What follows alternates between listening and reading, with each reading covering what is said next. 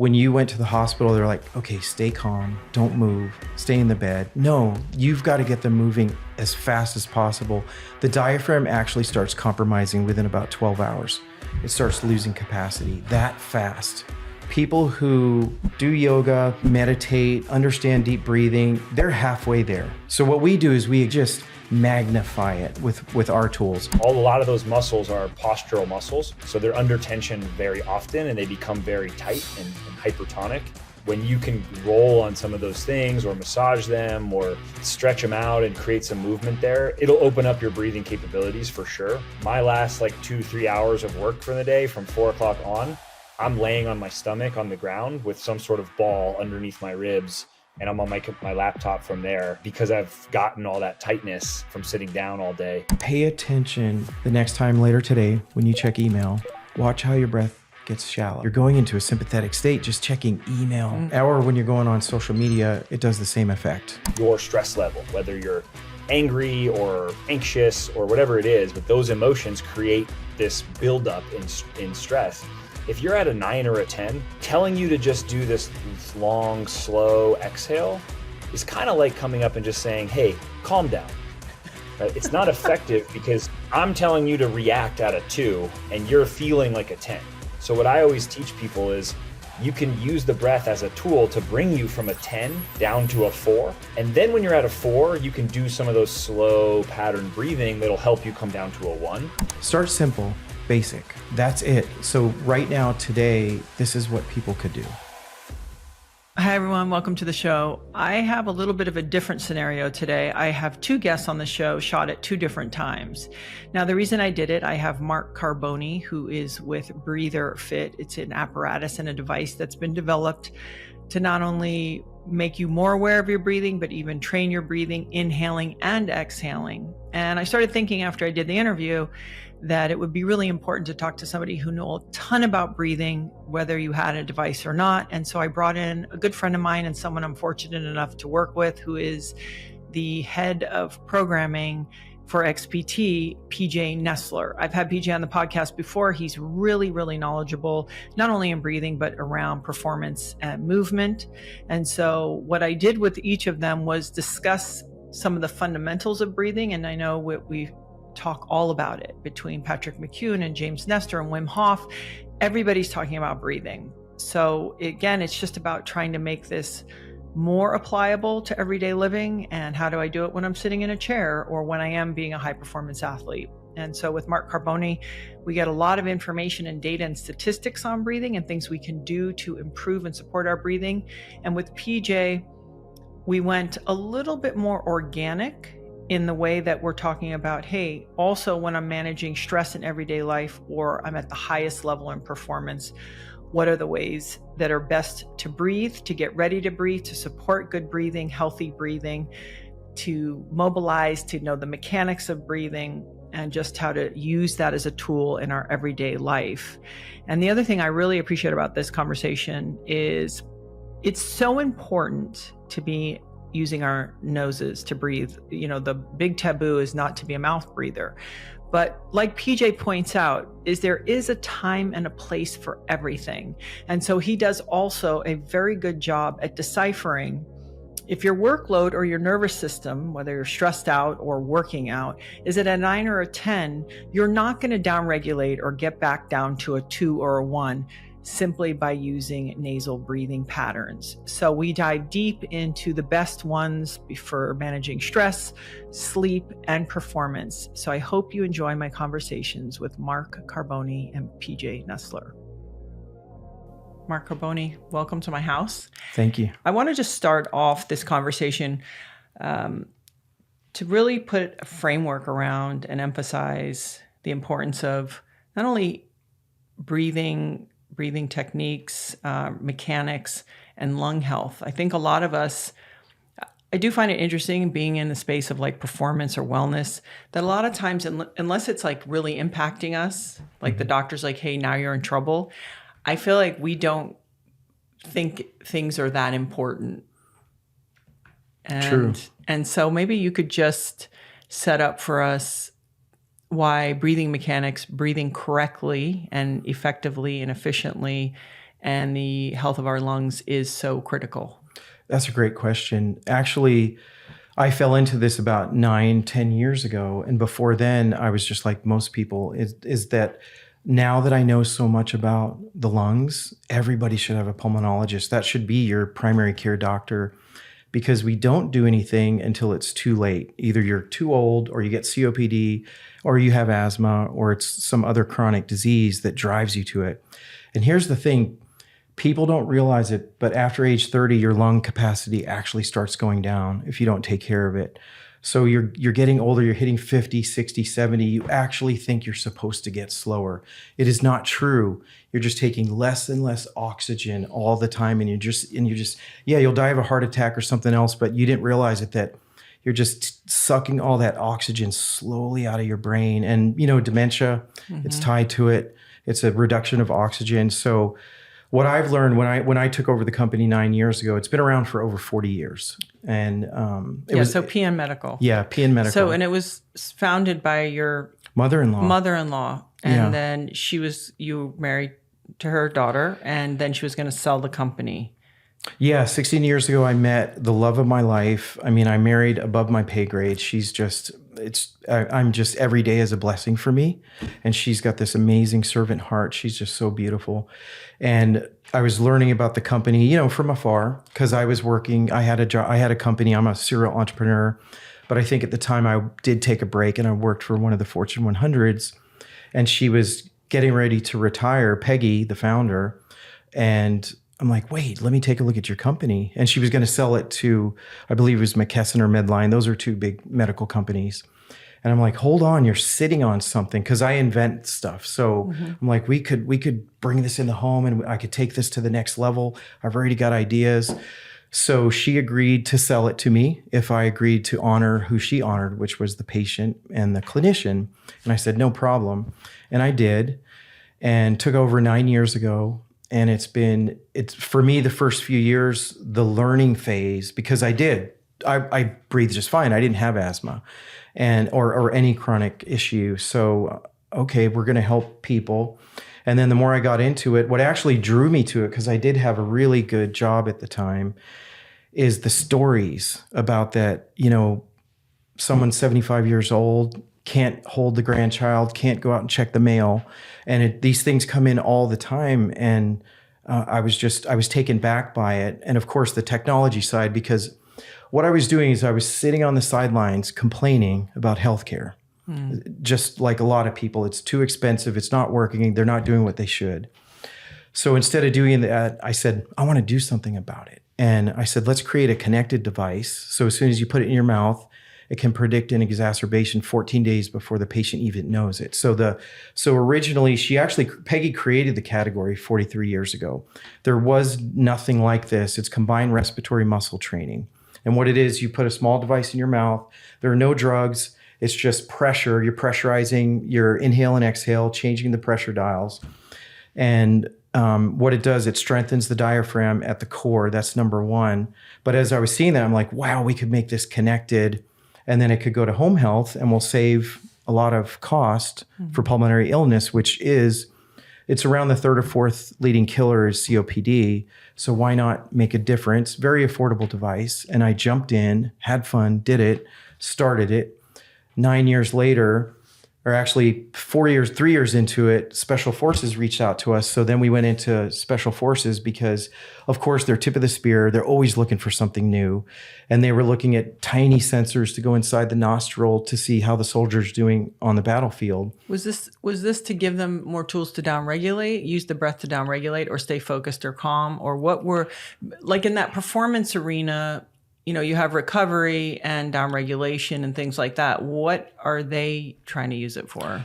Well, in Special Forces, I love how they say it. They say there's no second place. There's either dismemberment or death. That's it. So there is no chance but success.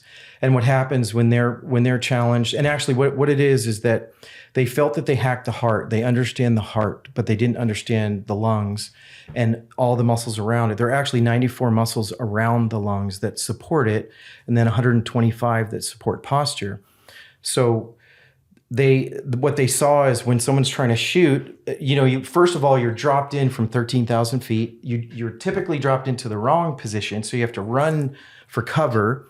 You're out of breath, and then they may have to shoot, and they're trying to catch their breath, and it can be a life and death moment. So breath mattered so much to them, and they sought us out, and they said, what could we do? So we started working on some connected devices. And it's funny, we have non-connected. It's just it's a piece of plastic put in your mouth, and it can go in your pocket.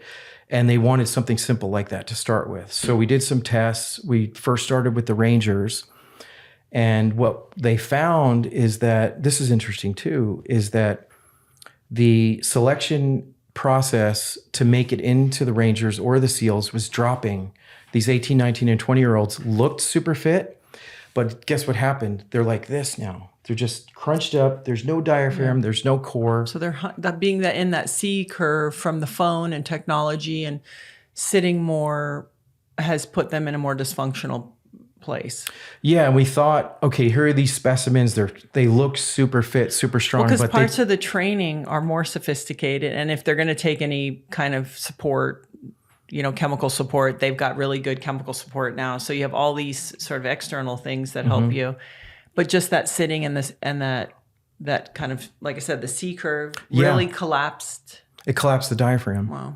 So, and we found this with NATO fighter pilots too. I'll go into that. That's really exciting. So after we did a 4-week, all we did is we put them on the device, respiratory muscle training. They just do it once in the morning, once at night. How long? It's like a gym for your lungs. Yeah. How long do you do it for? You do it for about 5 to 8 minutes in the morning, same at night, 6 days a week. 4 weeks later. Why don't you do 7?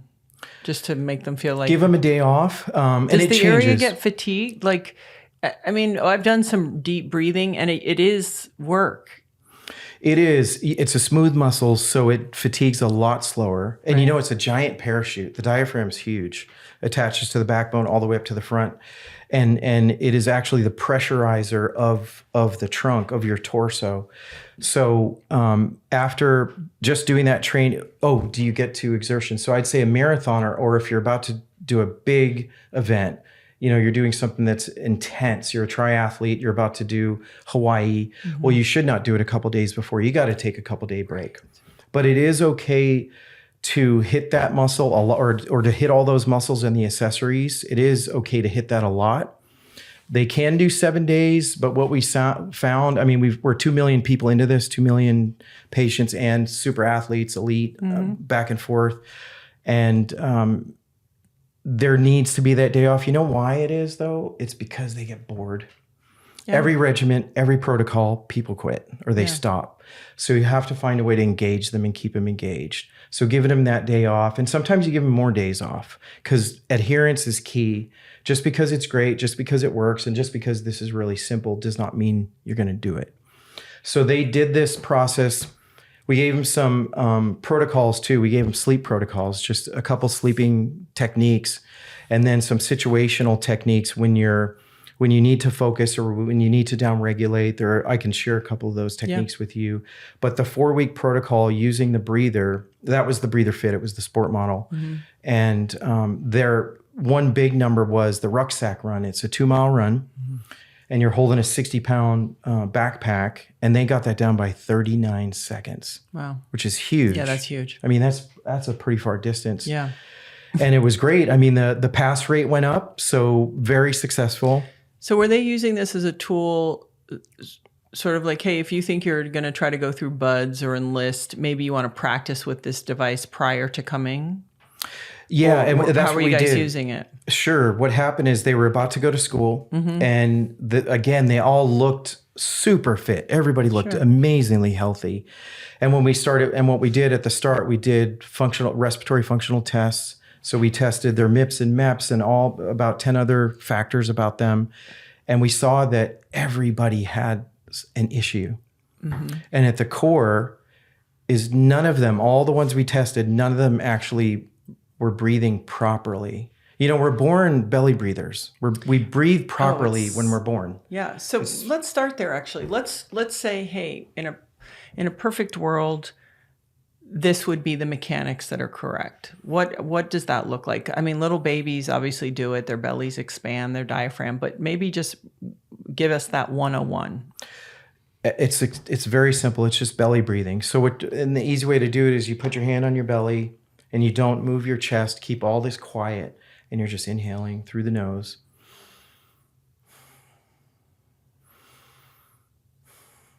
Oh, that's relaxing. Yeah. See, relax me. And that's it. It's just belly breathing. Is sitting really a big culprit for what has impacted our dysfunction for breathing? Just that position where, I mean, I know as a female, young girls, okay, all of a sudden it's like suck it in, hold it in. So that's a one communication that gets started. Sitting creates it's almost like you don't know how to get into that deep into your belly breath. What are some of the other, is it mouth breathing impacted because it's more shallow? Like a lot of us are mouth breathing versus nasal breathing. Sure, those are two different things. I think anytime you're not moving, and it's interesting, this is only recent in the last decade or so, is that when you went to the hospital, they're like, okay, stay calm, don't move, stay in the bed. No, you've got to get them moving as fast as possible. The diaphragm actually starts compromising within about 12 hours. It starts losing capacity that fast. Do you start having a little bit of atrophy? I had no idea it was that fast. I didn't know that. So yes, the sitting, the slouching, and the typical thing. Here's the cool part. People who do yoga, meditate, understand deep breathing, they're halfway there.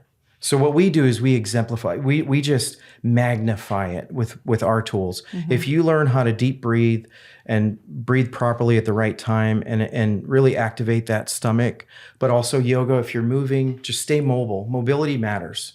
So at the core, it's what we used to do thousands of years ago, or mm-hmm. still in third world countries where you have mm-hmm. to work to get food and get water. Mm-hmm. We just came back from a mission trip in El Salvador last week. We were at K59 and the boys loved it. Mm-hmm. Came back with injuries, but I heard then it was a really good trip. Yeah. You had fun of nothing serious, right? No, just spasms, just back spasms. And he actually, Max, who I hope comes in, he got a foot injury a couple weeks ago. Actually, he was with Bob Hurley, mm-hmm. and he was at 34 in Newport, or at 59. I don't know which break it was, but he came too high off a 4-foot break, and his foot just came right back. So, the penalty of fun. Yeah, and mm-hmm. Max mm-hmm. goes. Maximus is mm-hmm. maximum. His name needs to be changed to Maximum. I got it. Because he just goes for it. His older brother is very technical. He's logical. He thinks it through. Max is like, 12-foot wave. So Laird and Max could probably have a blast surfing. Yeah. Well, Max's manners are way better than Laird's at 11. I'll tell you that right now. Okay. So just out of curiosity, though, and by the way, El Salvador, I heard that the gentleman who's now running the country has basically thrown everyone in jail and made the place very safe, like in a real way. Well, actually, yes. There's a lot.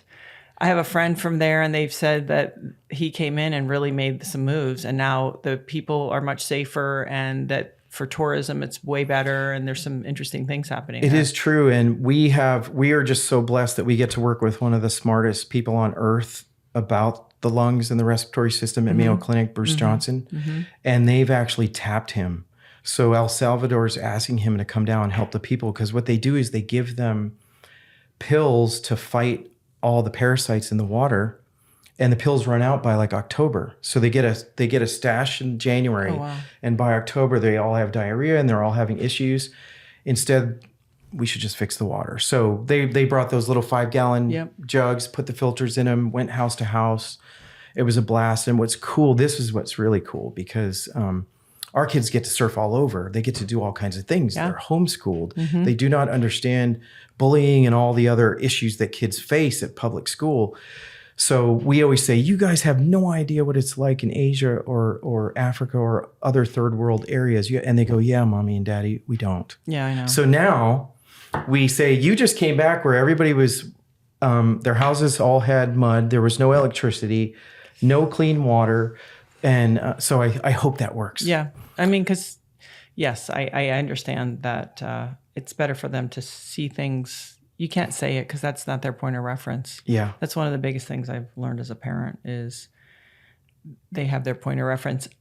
Okay, I really though want to drill down before we move on because I want to go into the performance. If you could really lay out for people all of or a lot of the things that can happen when you have dysfunction in your breathing for your lung health, and I think a lot of us think, oh, that's like an old person's problem, but this is something that can impact your sleep. I mean, it can impact your moods. It can do a lot. Well, I would say what I've done since I started is I thought the only way to improve this is to constantly do research and studies. I'm just a fan of research. I just love finding answers to problems. It's what I do. I've done it my whole life. And through the research is how we're doing this. And I hope it moves forward all this science, everything in this area.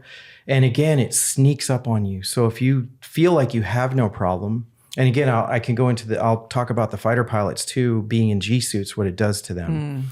But you don't see it coming. You think you're fine. And what is you put on an extra 10 pounds. You just think you're getting slower at 40 and 50. And it's just how life is supposed to be. But again, after age 30, lung capacity starts going down and you're just taking more shallow breaths. And what's really interesting is by about age 70, a person may never take a full breath again.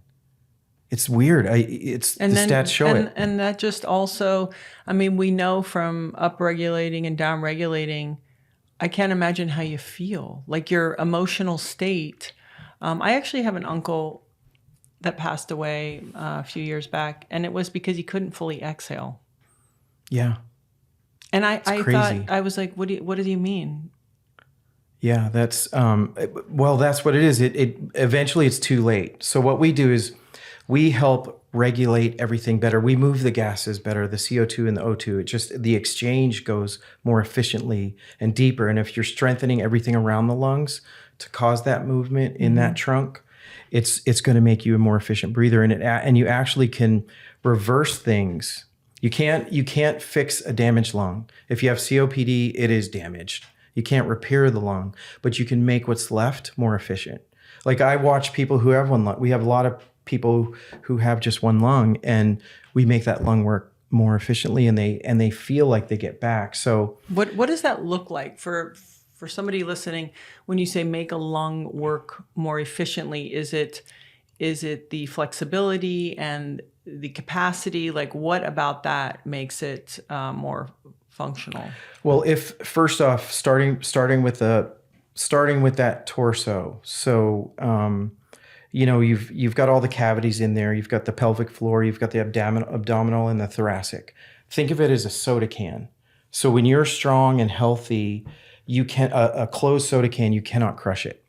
As soon as there's a pressure release, everything starts breaking apart, posture goes. And the biggest, after there's a fall when you're at a certain age, the chances of death a year later because you're immobilized. So at the muscle side, when the muscle is moving the lung more efficiently, it's causing the lung to work better, and you're not putting such a load on everything else. Because when you're hitting those accessory muscles and the other supporting, you're triggering other things too, because you're going into a sympathetic state a lot. Right. And this is something that happens when you're stuck in that sympathetic state, which is that upregulated fight, flight, or freeze mode. Everything shuts down. You know that it's inflammation, and inflammation kills you. I don't want to get all morbid with that, but no, it's okay. Because I guess it's important for me because we talk about breathing, and I've had people who talk. I've had James Nestor and Patrick McEwen. These are people I know, but it's like really people hearing from the outside that this is a really powerful starting point. Like if you can dial into this, this is a great starting point. Here's what it is. And so when I came onto this, I'm like, the whole world should have this. Everybody should be doing this. But what we found, I came into this eyes wide open, or really not. I was a little naive about it, thinking that it works. I see it every day. I see all the calls, the emails, all the letters, everything that comes in. But I found that the people who are most motivated are the most sick that must do it, or athletes who do it for a living. Right. So they have to be top performers. So it's it's a motivation thing, and to try to get everybody to do it is hard. And I'm going to be realistic that it's just not going to happen. Right. But if they feel it, here's how I do it now. So we have a whole family of products. So we start with maybe the asthmatic or the COPD or stroke or chronic heart failure, let's just say 60, 70, 80, 90 range. Well, guess what? They have 30 and 40-year-old kids, and then they have 10 and 15-year-old little athletes there. So we now address everybody in the family. So it's either the child starts using the breather fit because he wants an edge at football or basketball, because your endurance does go up, your stamina does go up. And maybe the mom or dad will see that, or the grandparent will see it. And I'm noticing if we go that angle, that if someone in the family starts, it is the trigger to get somebody else to do it. Could we loosely sort of go over all of that is connected to proper breathing? Because I think people, it's interesting. It's the essence of life, and yet we ignore it. Even top athletes, this, their Bolt scores are terrible. Their CO2 tolerance is not great. It's something personally I've tried to work on for a long time. Yeah. So it's always funny. It's like you have these high performing people, and yet they're actually not breathing correctly. So maybe just remind people, and we don't have to get, crazy into anatomy, but all of the things that are engaged when you're trying to breathe correctly. I'm going to keep it really simple. Great. So it goes back to, it's really basic. That's the thing. This is so easy and people don't realize it. Again, you start by, and this is neat, when people try to do it, they actually have trouble breathing from the belly. So you put your hand on your belly, you try to breathe, you try to not move anything else, keep everything still and quiet. And you're just hitting that belly. You're just feeling that abdomen go, and you try to feel it 360. You try to feel it around your whole body. So you try to feel it push out on the back and the stomach. And again, that's the start. So we just finished a 2,000 patient study with Mayo Clinic on COVID survivors, and especially long COVID. And after that study, it's not even released. Actually, the team's going to Milan tomorrow to present some of the findings tomorrow.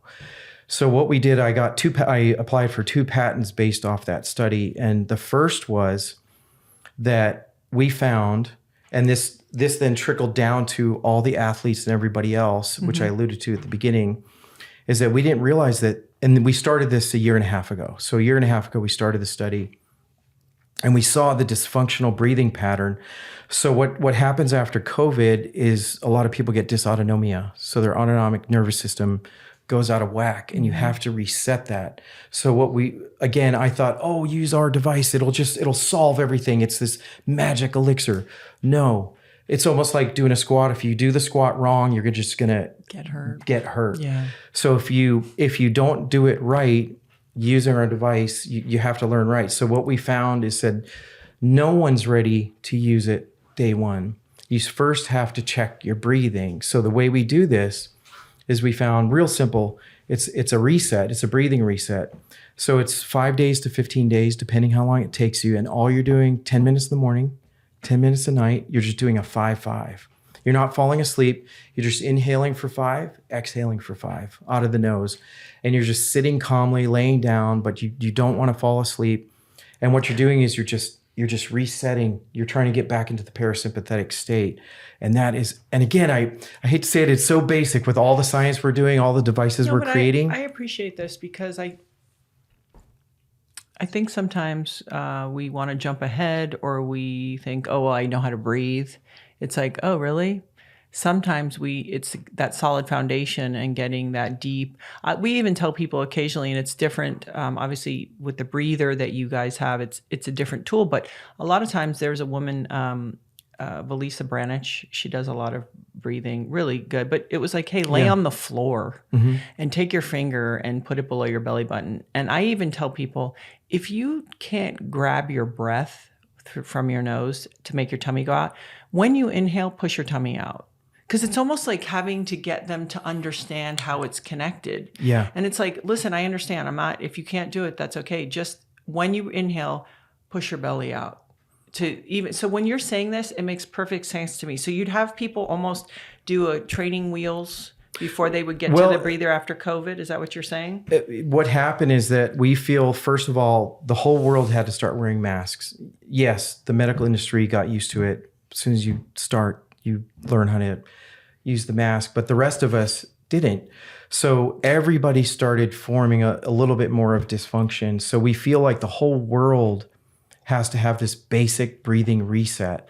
And again, we do studies across the board, tons of population groups from super healthy to super compromised.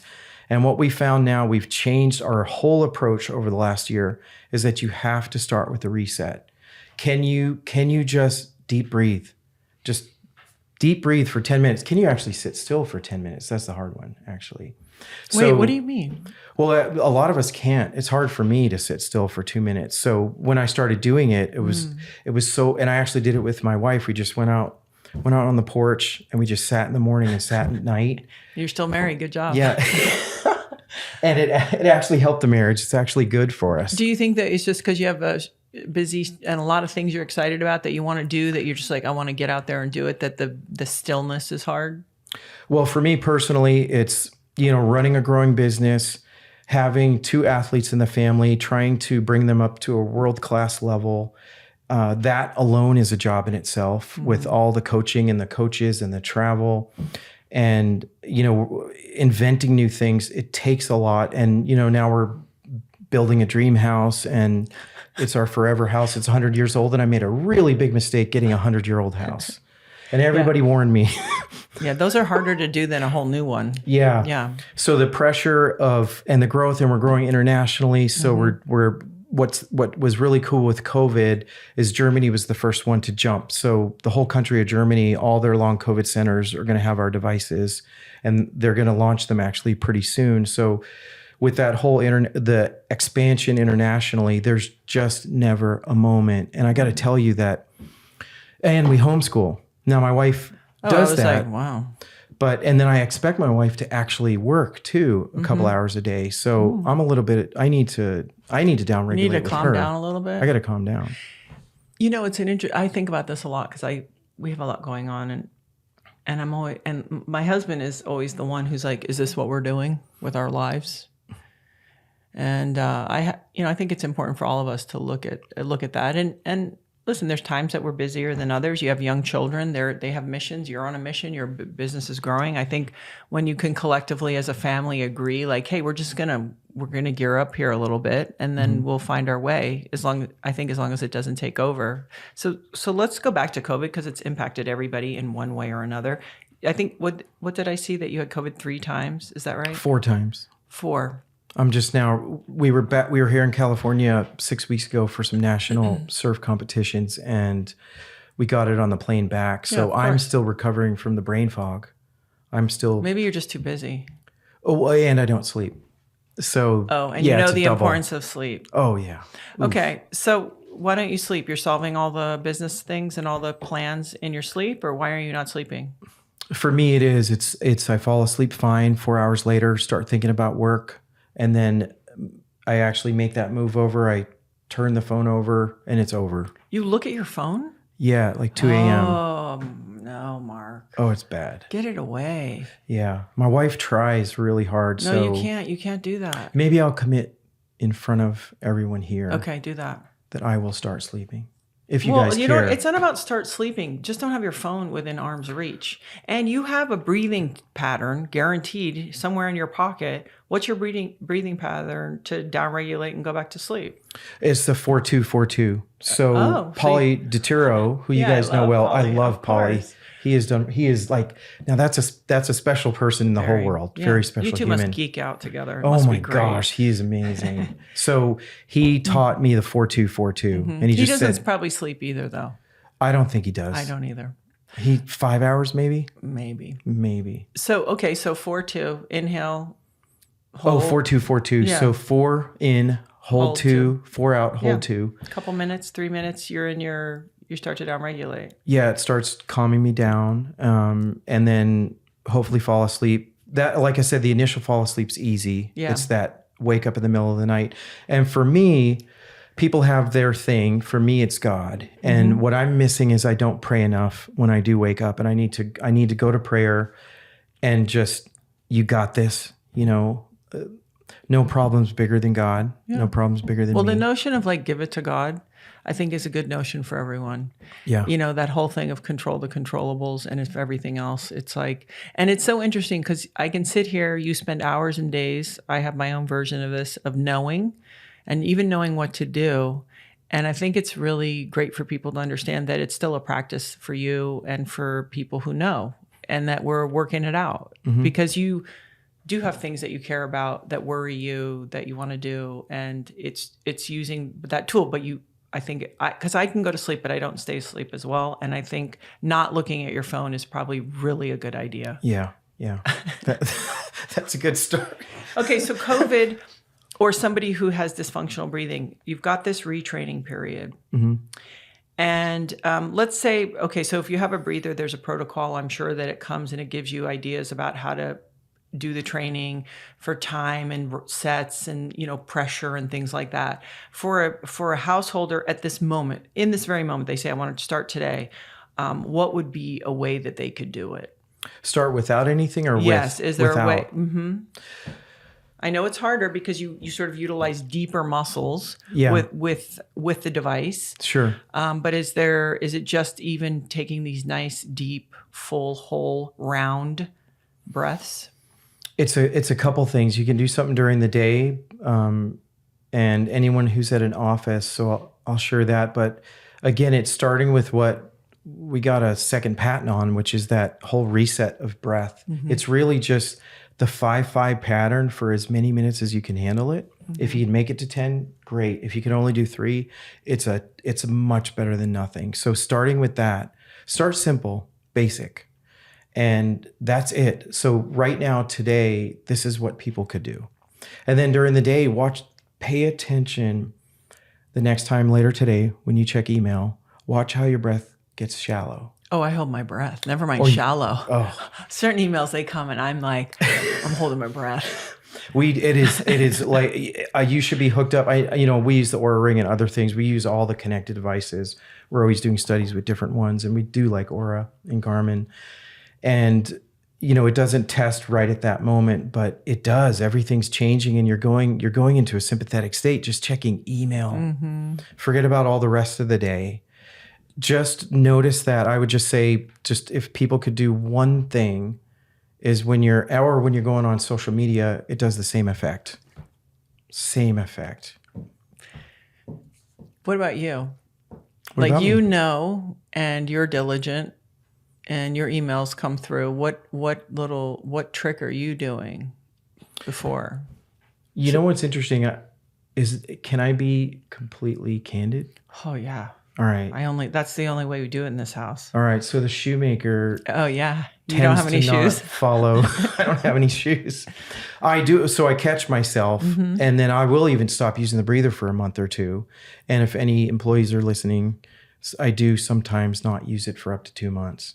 So and if it's going to happen to me, it happens to everybody. Okay, but let's say this: you train yourself with the breather, so you're more functional in your breathing, and you would think in a way you could sustain a lot of that, right? And maybe the breather is a tune-up, but are you not able to sort of try to carry that functional breathing, that full breathing, the lungs working correctly, all of the muscles supporting you, the diaphragm working correctly? Can you not sustain that with also not only proper breathing, but maybe breathing practices?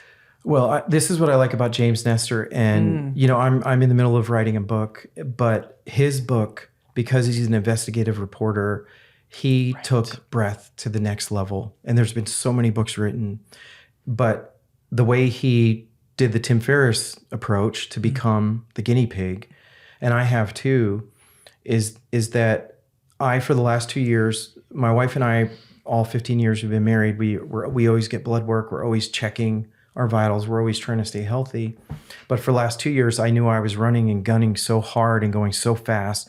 I didn't want to know.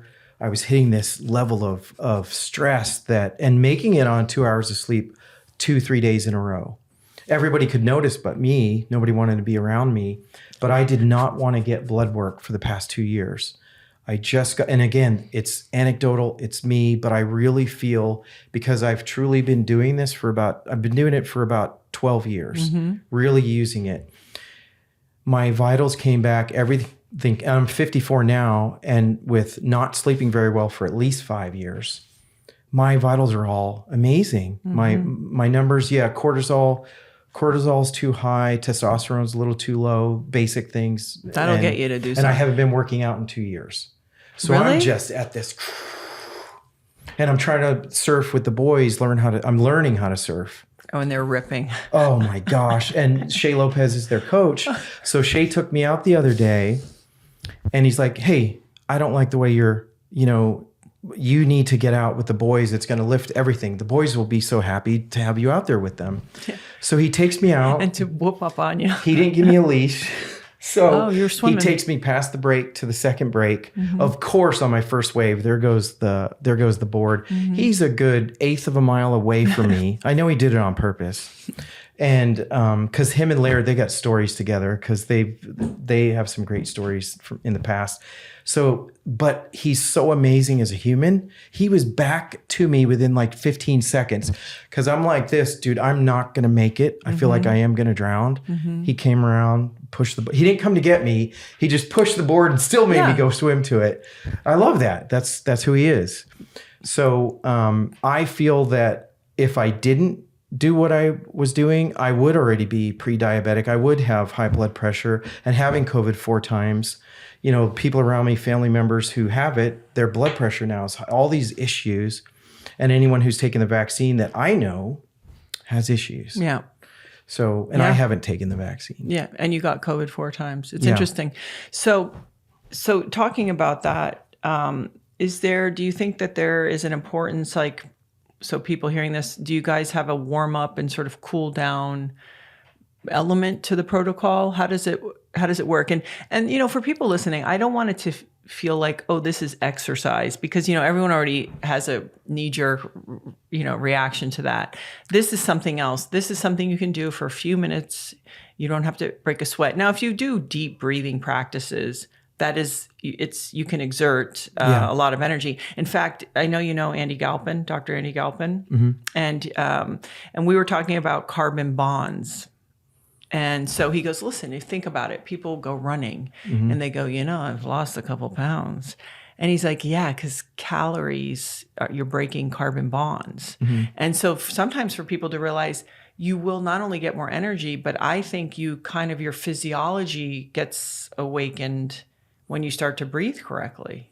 It does. At the base of every chronic disease is the inefficiency of oxygen. You're not processing your gases right. So it is at the core. And of course, I mean, it's a no-brainer to think about that, because we can go without food and water for a while. You can't go without oxygen for more than a couple minutes. So it's pretty basic to understand. But what you're touching on about the ease of it, that is it exercise or not? Of course, you can be sitting down, you can be watching TV while you do it. You do have to activate it. You have to get in the zone. You have to create some pressure. But we just started a study. We started 2. We're doing one on smoke cessation, and we're doing one on weight loss. I didn't want to join into the weight loss craze and be part of that, but it's working. But it's a motivator. Well, listen what we're doing. So part of weight loss is, of course, diet. So we partnered with a really cool doctor up in Minnesota, and he's keeping it really simple. It's the size, so it's like a cup. So it's a quarter of a cup. You can eat what you want, just keep it at that level. And then they incorporated our device. So what's interesting is that our adherence is much higher. So when you're obese, we're doing it just with obese people, and what the adherence is way up, because usually it's diet, sleep, and then exercise. Right. So they're not exercising. Here's the big problem. The pressure on those lungs and the pressure on those muscles, they are not taking full breaths. They actually can't. So They're doing the RMT, they're using our breather, and it's actually causing positive results because what's happening is mobility is starting to happen. So the first thing that happens when you use it, there is a little euphoric or lightheadedness because you have not been moving that gas properly, the O2 and the CO2. Just by doing that, you feel something, and you need to feel it. If you don't feel it, you don't think it's working. Right. So you get that initial rush, and then a week into it, they actually physiologically are getting results. So their MIP and MEPs are going up, and they're actually, their phonation, that's how long you can hold a sound. Their 6-minute walks are going up. And what that's doing, just the movement is causing a half a pound of loss. But that half a pound or a pound and then 2 pounds, it's motivating because we have to see change. If it's not gamified, if it's not entertaining, if you don't see results, if you don't see the bar move, you are going to quit. Yeah. So I'm feeling really good about that. Take that over. And there's an addiction there. There's a lot of issues behind weight, right? But now with smoke, this is really cool. So Peggy, the original founder of the company, she did this about 20 years ago at Advent Health, which used to be Florida Hospital. She did a test with 10 patients, and they tested that. So the breather, it's a device that you put in your mouth, just like a cigarette. Yeah. So that tactile touching of the device. And the other thing they found out is if you fight the craving for 52 seconds, you fight the craving. So the person may get that craving 50, 60 times a day. So what they were doing is they were grabbing the breather, just breathing at 1 in 1, lowest setting, just. And because it's causing the gas exchange, they're feeling something. Because when they smoke, they actually think it's relaxing. Well, also, okay, maybe there's something in chemical, but think about the exhale. That long exhale, that might be the longest exhale they do. So think about that. That down regulates you. Yeah. Like, oh, I'm stressed out. They get a cigarette because it's the big draw in and the big draw out. And I'm not saying there isn't things in cigarettes. Of course, we know it's highly addictive, but I think to your point, just getting that big, it's like when they say count to 10 or take 3 deep breaths. Yeah. It's like these things are in place and for real. So you're saying that people can just break out the breather. Well, let me tell you what we're doing. So the study, that's amazing. Yeah. So what the study is going to do is, of course, when they get the alert or the trigger or they get the craving, you grab the breather, but you're also doing it in the morning and night. So you're doing your routine to become stronger. And I got a story. Okay. So my dad was a smoker, unfortunately died a couple years ago. And he started using the breather about 5 years ago. And one of the first things he said, this is a true story. He said, "Son, I can smoke better." So he was taking. I didn't see that coming. he could actually put a cigarette down in a minute. He was showing that off to his friends. You just watch, I can smoke. So I'm like, "Dad, that is not why I gave you the breather." So that was one of the horrible side effects, is he could smoke better. Because he could take deeper breaths. Yeah, fuller, bigger breaths. Yeah, so we're the smoke study, that's at Mayo Clinic too. We love Mayo Clinic. We're doing so many studies with them. That's going to start pretty soon.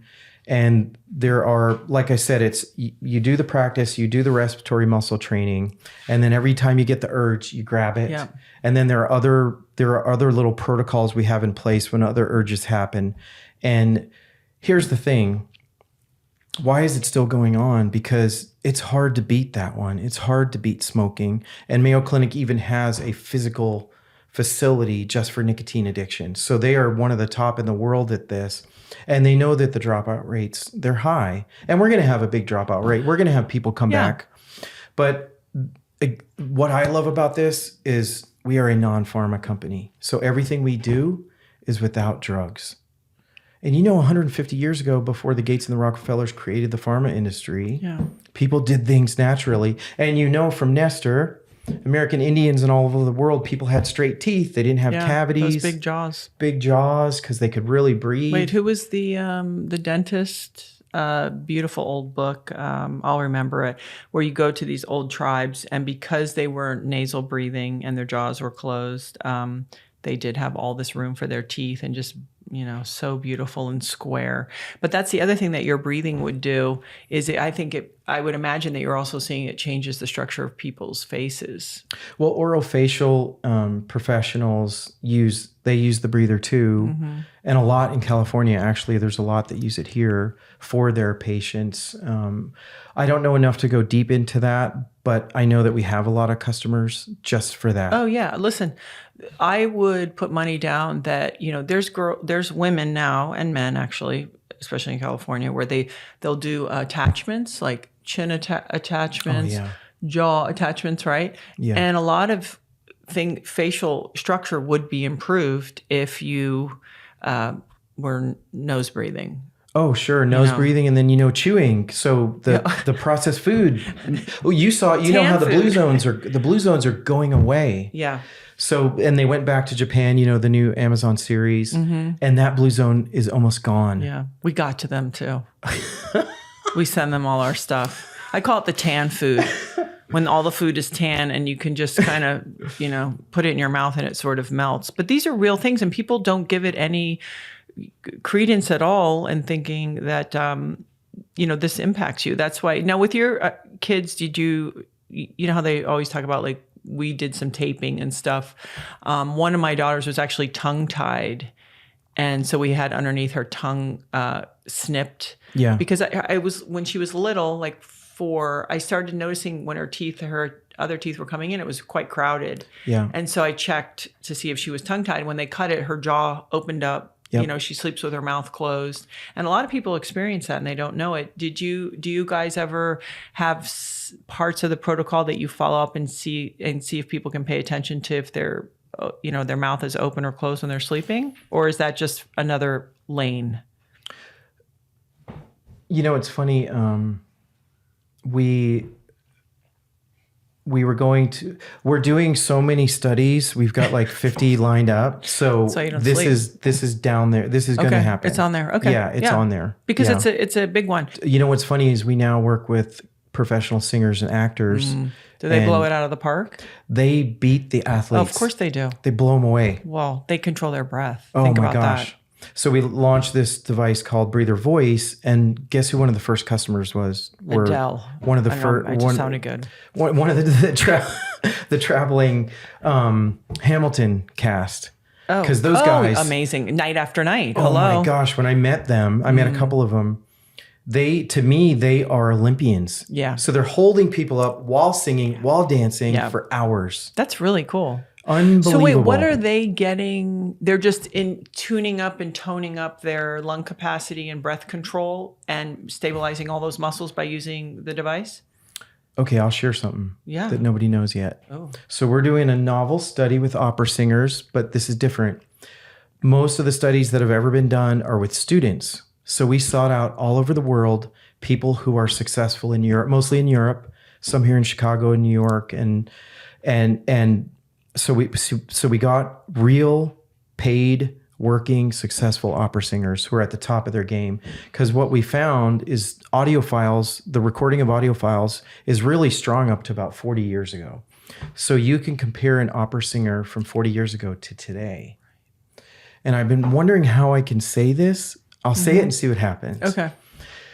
Is what we found over the last 40 years is that the level of training, it could be because of technology, because of the mics, they don't have to belt it out as hard as they had to before. Yeah. So some things have diminished. So that vocal tone, the vocal quality, the ability to hold it longer, hold that note longer, higher, and hold that pitch. What we found is that in the vocal community, there's nothing. There's a tool for every sport, every position. There's a psychologist for a baseball team. There are 5 psychologists on staff. Mm-hmm. And there's a coach, a tool, a technique for everything.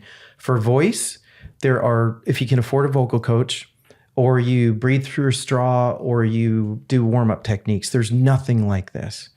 So why we did this is we wanted to prove it. So the University of Miami just finished a study with students, but we did a bigger one with Webster. I think it's Webster. We're still going on with that study. And again, it's worldwide. So there's a lot of data to collect. I think we'll have the results by Christmas. Mm-hmm. and it's going to be profound, because we thought if we can, it's almost like how we started with athletics. Start at the top, special forces. Start with opera singers because of what they have to do for a living, how hard it is.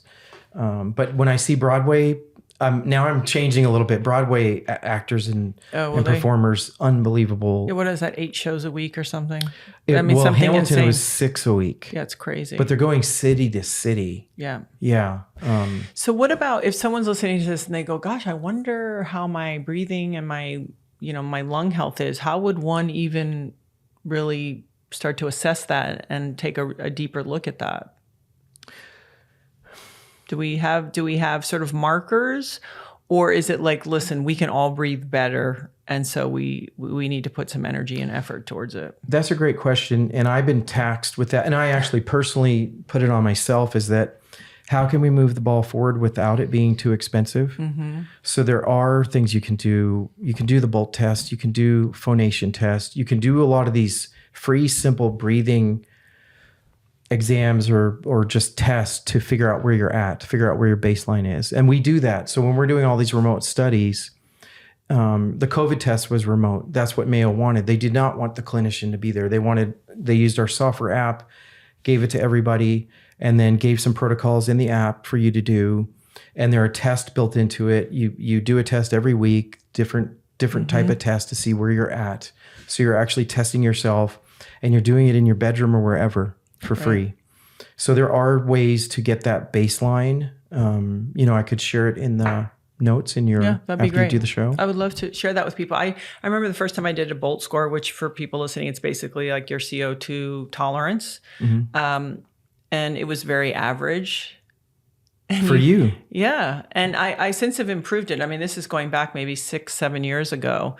Between pool training, I do a lot of hypoxic training and breathing. Laird does better breathing discipline. Sometimes I'm like, oh, I got stuff to do. I can't be sitting there breathing for 15 minutes, and that's just the truth. So I relate to what you're saying, but at least I'm aware of, hey, am I deep belly breathing when I'm sitting at my desk? Is my mouth closed?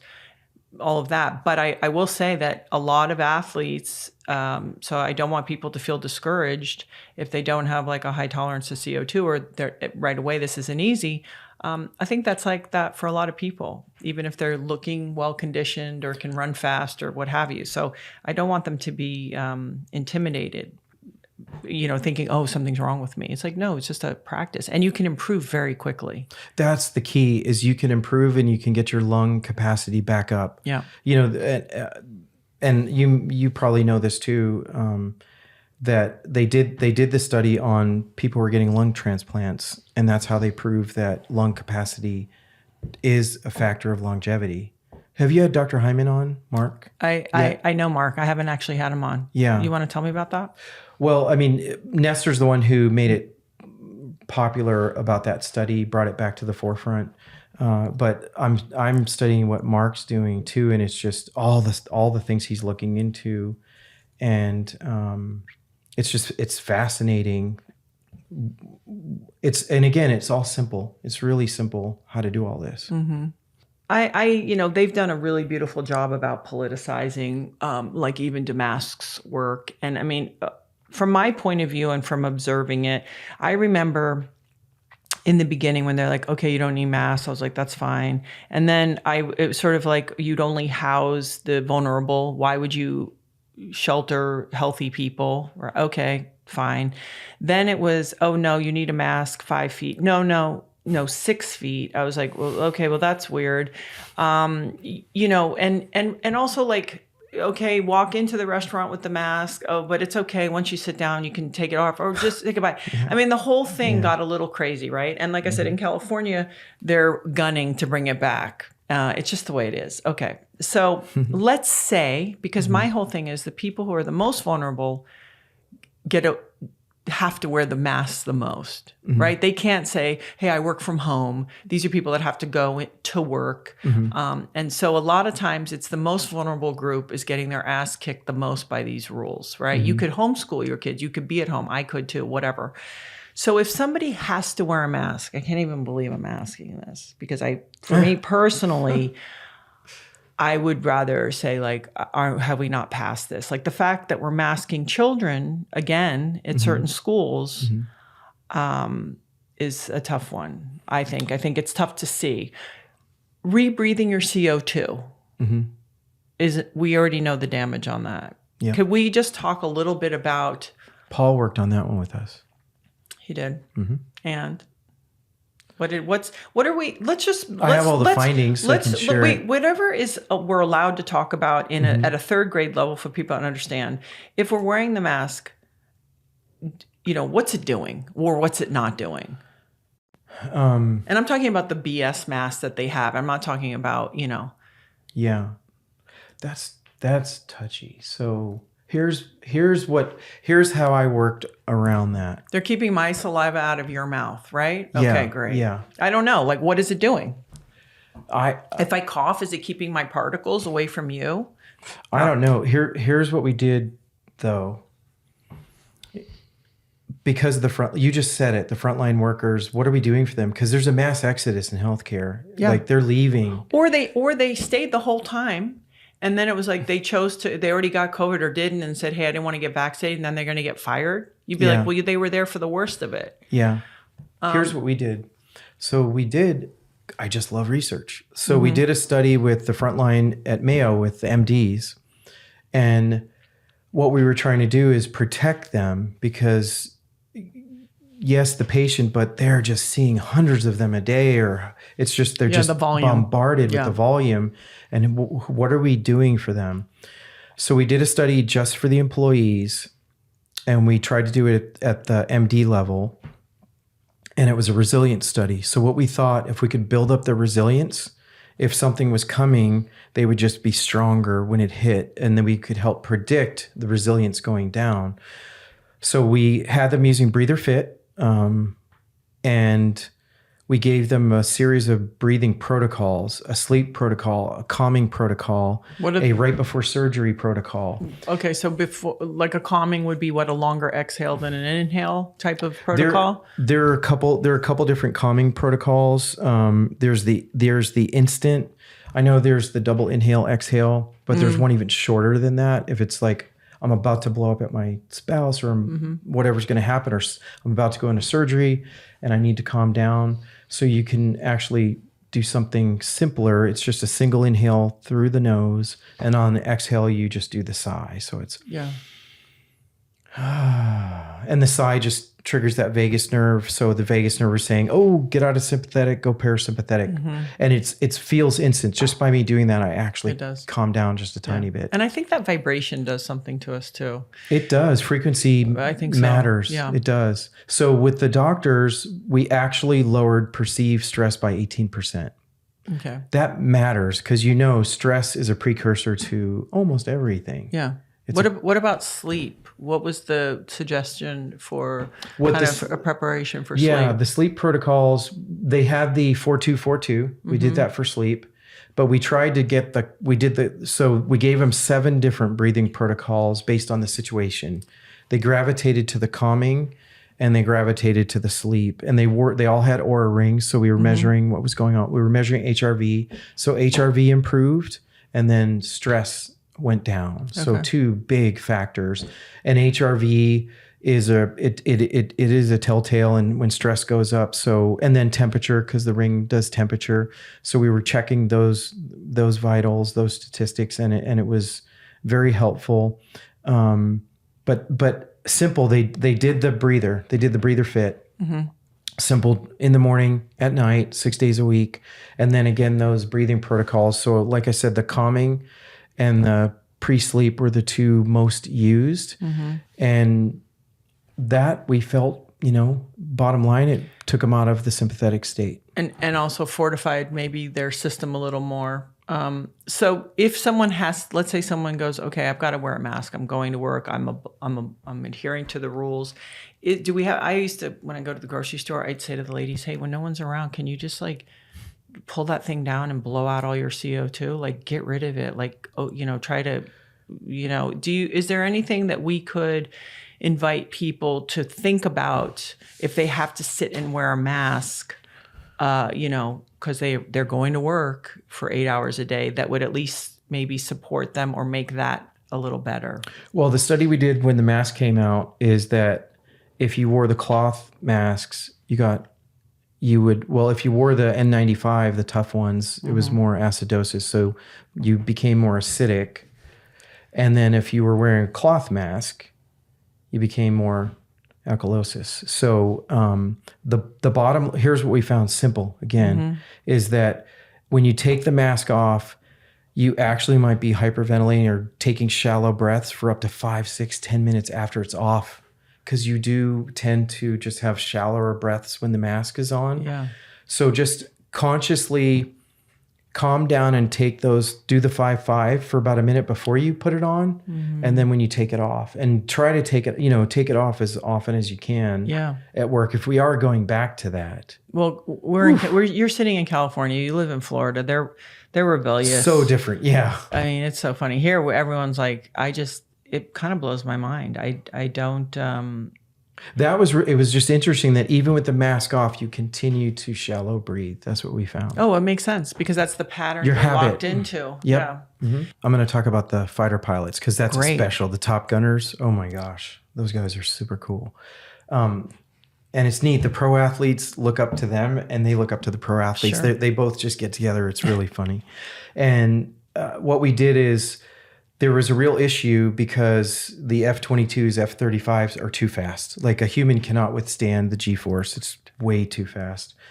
And they were having a lot of G-lock. That's when they pass out. The G hits too high, and then that leads to if they don't recover, they die. And who knows what happens when the plane hits.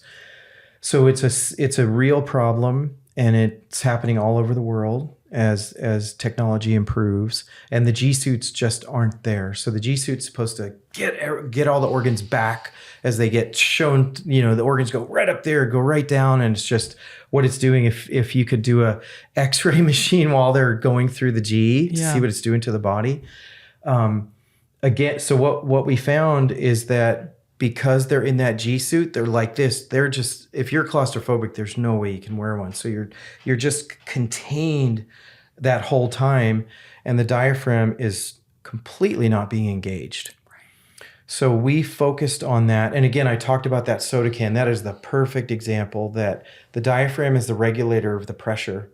And if it is not strong enough, if that umbrella is not strong enough to regulate that pressure, something's going to give. And it does. So we had them do, again, they had the breather fit, of course, they had the athletic device, and they used it for 4 weeks. There were a couple of special breathing protocols. There are protocols they do. There's certain holds that they do, the way they have to hold their breath as they're going into G. But it's a bear down, right? It's almost like you have to bear down. Are you trying to keep Yeah, that's one way to call it. Yeah. You just pretty much, you're ready for impact, ready for a car accident. It's almost like that's what you get ready for. Or a big wave you're about to hit the reef or something. So by strengthening their diaphragm, it actually made them more resilient and stronger at G. So when they were hitting that top G, they did not pass out. It took longer for the pass out. So anything, even if it's a small 5% increase, which they did get that, big improvement. So that it just feels good to help at that level. So we did that right before the Ukrainian-Russian war started. So we're still waiting for phase 2. It's going to be a bigger study. And actually it might be released at the Pentagon. There might be a nice little something happening there. If we can do it next year. I think it got pushed back to next year. You're managing a lot and juggling a lot. I interviewed somebody once and they were into meditation, and my thing is, how do you use it? If you don't have a breather on you and it shows up and you're trying to put out fires at work and solve other problems and get back to people and take the boys here and love on your wife and do all that. When it shows up for you, I'm always curious, what is your own technique within yourself to go, okay, I'm going to try to manage all this? Ooh, that's a good question. I actually use the simplest one, and then I'll do it repeatedly. So I'll just do the single inhale and the sigh. That's it. And I'll do it 2 times or 3 times until I can get myself calm again. Because I'm going so much, and I'm just like a lot of people where if I have to invest a lot of time in it, I'm not going to do it. It has to be quick. That's what I do. Mark Carbone, thank you for your time, and thank you for all the work and the information and the studies, and also just the important reminder of sometimes if all we can do is the simple thing, that's better than nothing at all. Thank you. Thank you. Thank you.